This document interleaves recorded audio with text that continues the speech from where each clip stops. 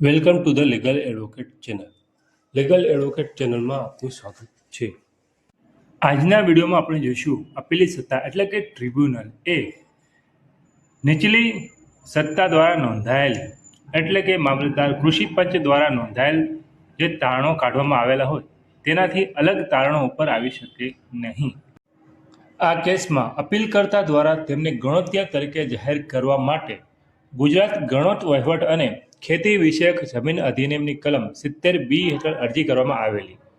મામલતદાર અને કૃષિ પંચ સાહેબે તે અંગે તપાસ કરેલી અને તારણ કાઢેલું કે આક્ષેપિત ગણોત્યા સુસંગત તારીખે જે તે તારીખે જમીન ખેડતા હતા અને તેથી જમીન ખરીદવા માટે હકદાર હતા. તે સામે પ્રતિવાદીઓએ એટલે સામાવાળાઓએ ડેપ્યુટી કલેક્ટર સમક્ષ અપીલ દાખલ કરી કે જેઓએ મામલતદાર અને કૃષિ પંચ સાહેબના નિર્ણય સાથે સંમત થઈ અપીલ રદ કરી હતી.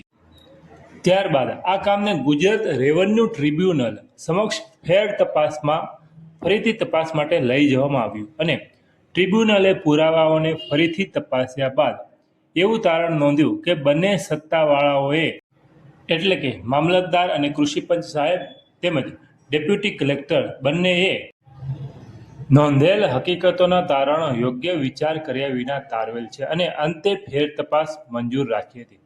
તેથી હાલની અપીલ દાખલ થયેલ હતી. હાઈકોર્ટમાં અપીલ દાખલ કર્યા બાદ આ કાર્યમાં જે એક પ્રશ્ન વિચારણા હેઠળ લેવાનો છે એ તે કે શું ટ્રિબ્યુનલ રેકર્ડ ઉપરના આખા પુરાવાઓને ફરીથી તપાસી શકે અને નીચલી સત્તા દ્વારા નોંધાયેલા તારણો કરતાં અલગ તારણો પર આવી શકે કે કેમ. ઠરાવવામાં આવ્યું કે ટ્રિબ્યુનલે ફેર તપાસ હુકુમતનો ઉપયોગ કરતી વખતે પુરાવાઓની પુનઃ તપાસણી હાથ પર લઈ અને હકીકતો અંગે જુદું તારણ નોંધીને પોતાની ફેર તપાસ હુકુમતની સત્તાનો વધુ પડતો ઉપયોગ કર્યો છે. હાઈકોર્ટે ટ્રિબ્યુનલે અપાયેલ વિવાદી હુકમ રદ કર્યો તે એવી સૂચના સાથે કે ટ્રિબ્યુનલની ફાઇલ ઉપર ફેર તપાસ પુનઃ સ્થાપિત થશે. અરજી મંજૂર કરવામાં આવી. આ કેસ સવિતાબેન જામાભાઈ ગોહિલ અને અન્ય વર્સિસ કાંતિલાલ અંબાલાલ પટેલ અને અન્યનો છે.